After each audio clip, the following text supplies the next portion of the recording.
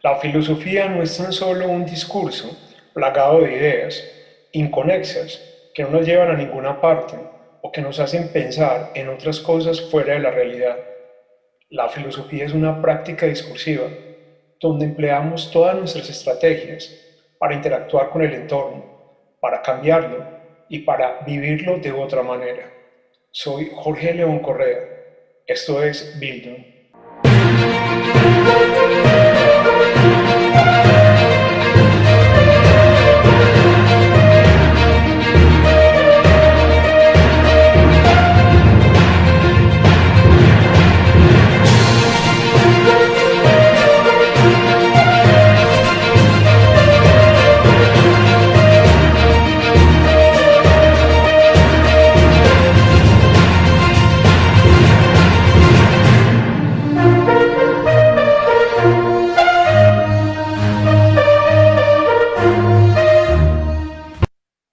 Hoy vamos a hablar de la filosofía como forma de vida. Nos vamos a enterar, porque esto no es solamente un conjunto de ideas o una ideología que nos hace pensar en cosas abstractas. Vamos a abordar este tema desde las escuelas tradicionales, tal y como lo presenta Pierre Hadot, hasta llegar a las tecnologías del yo en Michel Foucault. Comencemos entonces. Para Pierre Hadot, la filosofía es una forma de vida, no es otra cosa que decir que en ella la praxis y el discurso están contenidos. Simplemente por el hecho de enunciar, por pensar estas ideas referidas a mi vida, por expresarlas, ya la filosofía se convierte en una práctica. Pero para Pierre Hadot va más allá de ello. En el libro Los ejercicios espirituales, Hadot habla de la totalidad del ser. Y aquí dice que la imaginación, la sensibilidad, el cuidado del cuerpo, la alimentación y la introspección es lo que tienen que tener en cuenta o es lo que debemos tener en cuenta si nosotros queremos que la filosofía haga parte de nuestra forma de vida. La filosofía no se puede referir entonces solamente al pensamiento y a lo que tiene que ver con él. La filosofía habla del ser como una totalidad. Ahorita que están tan de moda sus discursos del holístico, de la totalidad, todo este cuento de la autoayuda, la filosofía cobra más sentido, porque es que hace rato que lo venía diciendo. Lo que pasa es que ha sido simplificada de manera muy vulgar en todos estos discursos que uno escucha del coaching, de hablar de la sensibilidad, del ser, pero se olvidan que desde las escuelas filosóficas, desde siglos antes de Cristo, la filosofía se trataba de eso, de la totalidad del ser. Por eso para Pierre Hadot los ejercicios espirituales no tienen que ver con una práctica religiosa, sino con el cuidado total del ser. Y para eso se adentra y estudia estas escuelas. ¿Qué son estos ejercicios? Estos ejercicios son una serie de prácticas destinadas a qué? A transformar el propio yo. ¿Para qué? Para llevarlo a un nivel superior, para darle una perspectiva universal. Lo que se trata entonces es demostrar cómo el yo no es una unidad aislada del mundo, está interconectada con todo lo que pasa en él y cada día más. Ahorita que se pusieron de moda esas teorías conspirativas para una pandemia como lo que estamos pasando, cobra más fuerza esto, precisamente porque nosotros estamos conectados. Más allá de la conspiración de dónde pudo haber surgido el virus, lo que está presente es nuestras conexiones con el mundo.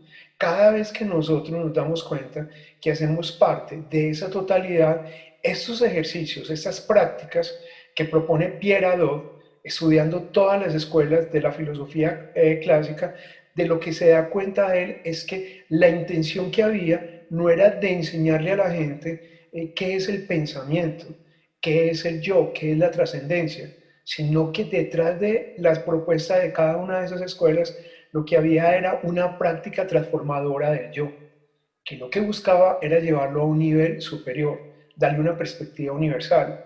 Si entendiéramos por qué todo se conecta y que los ecosistemas son muy frágiles y que a veces no los podemos invadir de esa manera, entenderíamos por qué hay tantas enfermedades que nos están atacando. Porque así hagamos parte de una totalidad, los ecosistemas siguen siendo muy frágiles y nosotros no estamos preparados para eso. El COVID en este momento es una invasión a esas barreras naturales de las que hacemos parte, pero que muchas veces nos está prohibido acceder a ellas porque no tenemos las defensas. Entonces, si el COVID vino por el consumo de uno de estos animales que no estamos acostumbrados, es precisamente por esa invasión que hacemos sin respetar esa perspectiva universal. O sea, no nos damos cuenta que hacemos parte de un todo y pensamos que lo podemos dominar, que podemos dominar todas las cosas. Volviendo a eso, retomemos que los ejercicios, lo que propone Pierre Hadot en su libro Los ejercicios espirituales, es esta serie de prácticas de cultivo del cuerpo, de lo que hablábamos, de la alimentación, del ser, vamos acá, sensibilidad, de intuición, de la imaginación. O sea, no son solamente ejercicios reflexivos, es una serie de prácticas para transformar el propio yo. Uno podría decir, bueno, es que eso es lo mismo que me proponen en un discurso de autoayuda, pero es que en el discurso de autoayuda se olvidan de la práctica filosófica profunda y lo reducen a una serie de ideas que creen que repitiéndolas nos van a llevar allá. Y esto va mucho más allá de repetir una frase de Kaplan. Estas escuelas nos enseñan nos enseñan que hay una manera de vivirla, un arte de vivir, una manera de ser que se aleja de esos discursos frívolos de la autoayuda.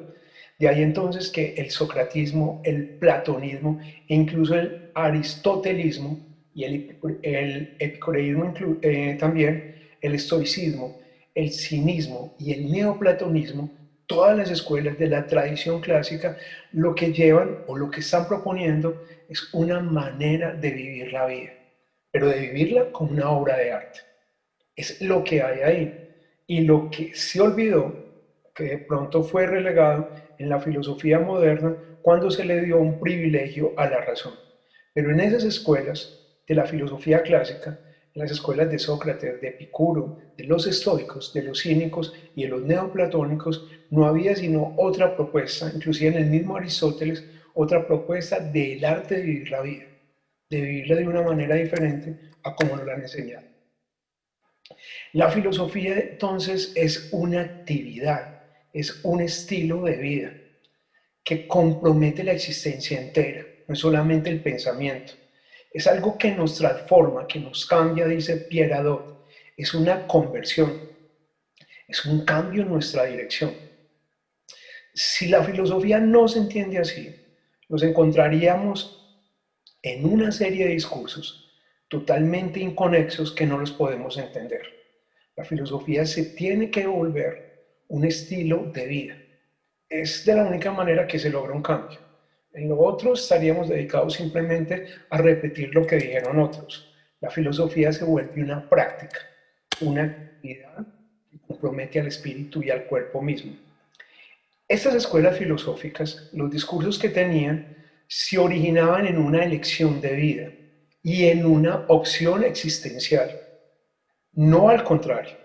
Es decir, lo que escribe Platón, lo que escribe Aristóteles, sus discursos se originan en la elección de vida, se originan en lo que Sócrates hace. El socratismo, las escuelas socráticas, Sócrates ni siquiera escribe. Esto no implica que voy a escribir y después voy a vivir eso. No, escriben sobre el amor, escriben sobre la ética, escriben sobre las pasiones, porque eso fue lo que ellos eligieron. El estilo de vida platónico, la manera como Platón amaba, la manera como Aristóteles invitaba a su hijo a vivir éticamente fueron elecciones de vida sobre las cuales después ellos reflexionaron. Eso en ningún momento quiere decir que primero reflexionaron y después se pusieron a vivir eso. Y eso en un sentido lógico tiene toda la razón. Hombre, yo no me puedo poner a hablar de algo en lo cual yo ni siquiera he optado. Me explico. ¿Qué sentido tiene yo hablar de la belleza y de la estética si ni siquiera soy capaz de combinar dos o tres colores en mi vestimenta? ¿Qué sentido tiene hablar de lo bello si no soy capaz de hablar bonito, de conectar dos ideas? Se opta por una manera de vivir y cuando se opta, se empieza a reflexionar sobre eso. De manera que el discurso filosófico lo que hace es revelar y justificar racionalmente esa opción existencial. Es decir, desde la razón, estos filósofos justifican por qué tienen ese estilo de vida. Diógenes justifica por qué era válido masturbarse en la calle, o por qué para él eso era válido. Claro, ahorita se ve como algo inmoral, pero Sócrates decía, bueno, y si la gente orina en la calle, entonces yo, ¿por qué no puedo masturbarme? Y racionalmente estaban justificando eso desde una lógica. Es un impulso natural. La manera como la filosofía aparece es como la justificación racional a esa existencia, a esas opciones que ellos hacían eso.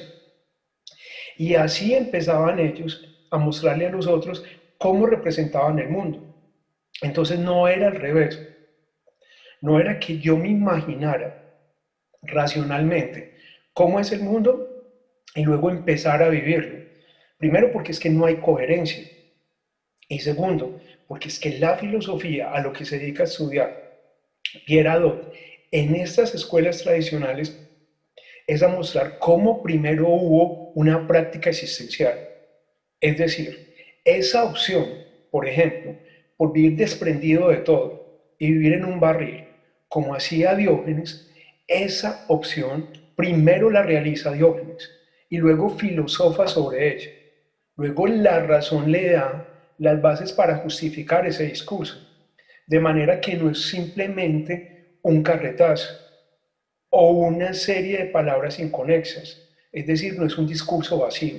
El discurso en sí se vuelve práctica y la práctica hace parte de ese discurso. De ahí que la filosofía sea una práctica discursiva, no se desliga. Lo que yo digo, lo practico, no porque lo crea, sino porque lo estoy viviendo. Pero primero lo tuve que vivir. El discurso filosófico teórico, nace de esa opción inicial existencial. Primero opto por eso. Primero opto por lo que no me va a producir a mí sufrimiento, como hacen en la escuela epicura. Opto por lo que a mí me va a producir el mayor bien. Y ya después sobre eso empiezo a teorizar. ¿Y por qué empiezo a teorizar? Porque la práctica de eso, la vida me está dando la razón. Entonces no necesito convencer al otro. Es que mi misma práctica lo está mostrando. De manera que esa opción existencial conduce de nuevo al discurso. O sea, esa teoría que yo eh, que estoy construyendo, que estoy escribiendo, nace de esa opción y de esa opción existencial me lleva de nuevo a esa teoría. Lo uno y lo otro se comunican totalmente. Dice Hadot que el discurso filosófico teórico nace de esa opción, como les acabo de repetir, y conduce de nuevo a esa opción. Lo que yo estoy escribiendo reafirma eso que acabo de optar. No es que yo opte por una cosa y escriba otra totalmente diferente. O no es que al escribir me dé cuenta que eso no me satisface. O sea, están tan convencidos de esa opción que tomaron que precisamente cuando la escriben, eso lo regresa nuevamente a esa práctica. De ahí que eso rompe esa idea falaz donde nos decían es que la teoría y la práctica son dos cosas diferentes. En filosofía no. Por el hecho de enunciarlo, ahí hay una práctica. ¿Y por qué por el hecho de enunciarlo? Porque cuando lo enuncias, cuando lo estás escribiendo es porque lo has vivido. Si no, son palabras vacías. Si no es un discurso de cualquier cosa, menos de la filosofía. Recuerden que al principio Pierre Hadot proponía unos ejercicios espirituales y esos ejercicios espirituales tenían que ver hasta con la alimentación.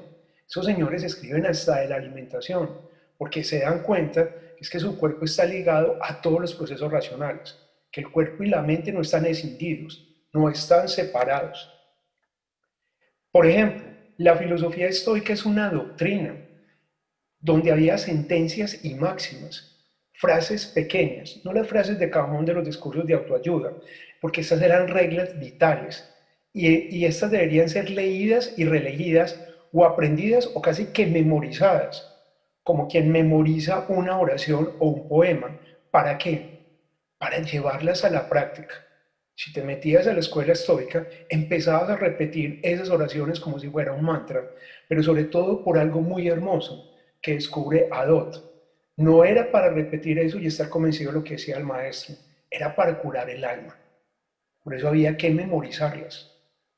Y esa cura del alma implicaba todo lo que es el sujeto. Ahorita que la gente está acostumbrada a hablar del ser, pues una de las cosas que uno le puede decir, bueno, explíqueme qué es el ser. Y se quedan cortos, porque es que el ser no es algo que esté fuera de nosotros. El ser no es ese espíritu que yo llevo adentro. El ser tiene que ver con mi mismo cuerpo. El ser tiene que ver con todo lo que yo soy, con mi historia, con mis cicatrices, con los momentos de regocijo y con los momentos de dolor. ¿Qué hacían entonces los estoicos? Los estoicos construían unas doctrinas, unas sentencias, unas frases breves, pero que salían de su propia práctica. Y lo que hacía el que llegaba a la escuela estoica era memorizar, porque había un propósito, curar el alma. Los estoicos proponían educar al hombre para poder obtener el mayor bien, que era lo que les hablaba ahorita, no era de los epicuros, sino de los estoicos. Entonces, obtener el mayor bien o el mayor provecho en el bien y en el mal hacer todo lo posible por evitar. Esa es una de las reglas estoicas. En el bien todo lo que yo lo pueda sacar y el mal todo lo que yo pueda evitar. Pero es que es una regla demasiado simple. Sí, pero es que esa simpleza lo que me está diciendo es, vean, evite todo el mal que pueda en su vida y sáquele todo el provecho a las cosas buenas. Eso de repetir que en el bien todo lo que sea posible obtener y en el mal todo lo que sea posible evitar, no me lleva a otra cosa que a la sanación del alma. Y es algo muy sencillo que la razón lo empieza a validar. Hombre, entre más males me evite yo, pues menos dolores de cabeza voy a tener. Me explico. Comer es muy bueno, pero comer en exceso me enferma. Esa es la gula. Si puedo evitar ese exceso, voy a disfrutar más la comida. Mi vida va a ser más sana. Voy a estar menos obeso y la obesidad me va a traer menos males. Entonces, esto no es una regla menor. No son los discursitos del coaching emocional o de la autoayuda. De ahí entonces que se proponga una terapia de las pasiones. Según todas las escuelas filosóficas, la principal causa del sufrimiento es el desorden, de lo que les hablaba ahorita, o la inconsciencia del hombre proviene de esas pasiones, de los deseos desordenados, comer en exceso, el sexo en exceso, el juego en exceso, cualquier cosa en exceso nos desequilibra, de los temores exagerados o de las preocupaciones. Preocuparse es ocuparse antes de, le dice uno a los alumnos, porque estás preocupado por el examen que voy a tener. Se está ocupando de algo que ni siquiera sabe cómo va a ser. ¿Cómo me evito esa preocupación? Pues tengo que estudiar, tengo que regular. Pero si yo me agarro a estudiar 3 horas antes, es como el que se come 3 platos de comida en un momento porque le dijeron que está desnutrido. Se va a terminar enfermando más. Yo tengo que dosificar todo eso para evitar la preocupación, es decir, para no ocuparme antes. ¿Por qué te ocupas antes? Porque no fuiste capaz de dosificar el tiempo para estudiar para ese examen. Esto es increíble porque es que lo que hace la terapia de las pasiones es, mire, ¿a usted qué es lo que le causa el sufrimiento? El desorden y la inconsciencia. ¿De dónde proviene eso? Del deseo desordenado, del temor exagerado. Uno no le teme a lo que no conoce, es que al fin y al cabo no lo conoce. Uno le teme a algo que uno se está inventando. Uno se preocupa de algo que no se tiene por qué ocupar porque no ha llegado. ¿Y qué va a pasar mañana si mi mamá se enferma? Pues es que todavía no se ha enfermado. ¿Y qué va a pasar si me dicen que fulano o fulana tiene una enfermedad grave? Pues todavía no te han dicho. Cuando ya te digan, te ocuparás. ¿Qué proponen todas estas escuelas? Conocer esas pasiones, conocer esos deseos, ojo, no para controlarlos, sino precisamente por una de las máximas estoicas, para evitar el mal en cuanto sea posible, no abandonarlo.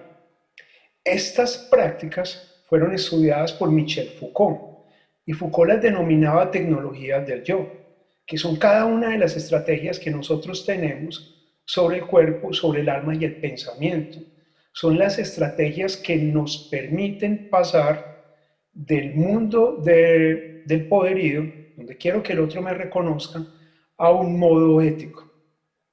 Es la manera, la transición que yo hago con las herramientas que tengo a mi disposición, con los pensamientos, con las prácticas que yo hago sobre el cuerpo, sobre el alma, con todas esas estrategias, es todo lo que yo hago para vivir éticamente la vida. No solo para pasar de un estadio de poder, de un estadio donde yo tengo que dominar al otro o donde yo tengo que interactuar con el otro, a pasar a un estado ético.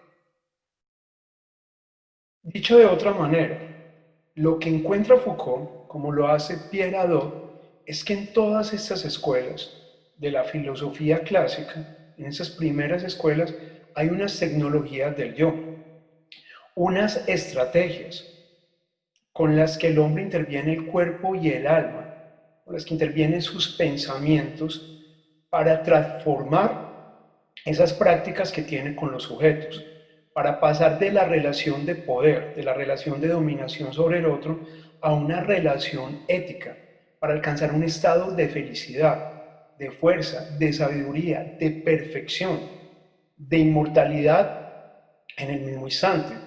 Foucault se refiere a que tenemos una serie de estrategias con las cuales nosotros nos encontramos con la verdad y establecemos con ella una relación de conocimiento, con los otros y establecemos con ellos una relación de poder. Y el tránsito de la relación de poder a la relación ética, él lo llama gobernabilidad. ¿Gobernabilidad de quién? Gobernabilidad del propio sujeto. Todas estas estrategias, todas estas operaciones que el sujeto hace sobre su cuerpo y su alma, Foucault las llama tecnologías del yo, porque son unas estrategias también sobre sus pensamientos y sobre sus conductas que lo deben llevar a transformarse, a encontrar ese estado ético, donde es capaz de alcanzar la sabiduría y la fuerza. Trasciende el estado de poderío. Y es lo que encuentra Pierre Hadot. O sea, Foucault también rastrea todo esto que había en las escuelas tradicionales. Foucault se da cuenta que la filosofía, a través de las tecnologías del yo, no está buscando otra cosa, por lo menos en estas primeras escuelas, que es transformar al hombre. Es una práctica de vida. Y pasan en el epicureísmo, donde el sufrimiento, ellos creían que el sufrimiento de los hombres viene del temor ante cosas que no deben temerse. Yo, ¿cómo voy a temer algo que no conozco? Y otra parte del sufrimiento proviene del deseo de las cosas que no debe desear. ¿Cómo suprimo el sufrimiento? Dejando de temer aquello que no debo temer. Me explico cómo voy a temer a la muerte si ni siquiera la conozco, y dejando de desear aquello que no es preciso desear. ¿Por qué sufres? Porque estás deseando una cosa que posiblemente no va a llegar. Miren de qué manera tan radical el epicureísmo contradice esos principios de las reglas de la neurolingüística o de las reglas de la autoayuda, donde dicen, no, prográmese mentalmente que usted todo lo va a conseguir. Esa programación mental implica un deseo, y ese deseo, si no es satisfecho, lo va a hacer sufrir a usted. Porque es que no hay ningún sustento que nos diga que porque yo me programe o repita que una cosa me va a pasar, eso tiene que suceder. En el epicureísmo encontramos algo total, y es que la existencia se consume en el desconcierto producido por los temores injustificados. ¿Usted por qué tiene tanto miedo ante la muerte si usted ni siquiera sabe qué es? Y ante los deseos insatisfechos. O sea, toda tu vida va a circular, va a girar mejor a lo largo de un deseo que nunca se te cumplió. Y estás dejando de ver la vida con otros matices. Te la pasaste toda la vida aspirando a algo que nunca llegó o que difícilmente te iba a llegar por muchas cosas. En esa insatisfacción y en ese miedo has consumido tu vida. Y ese consumo de vida hizo que se te olvidara que es vivir plenamente, porque la existencia está girando con relación a los miedos y a las insatisfacciones.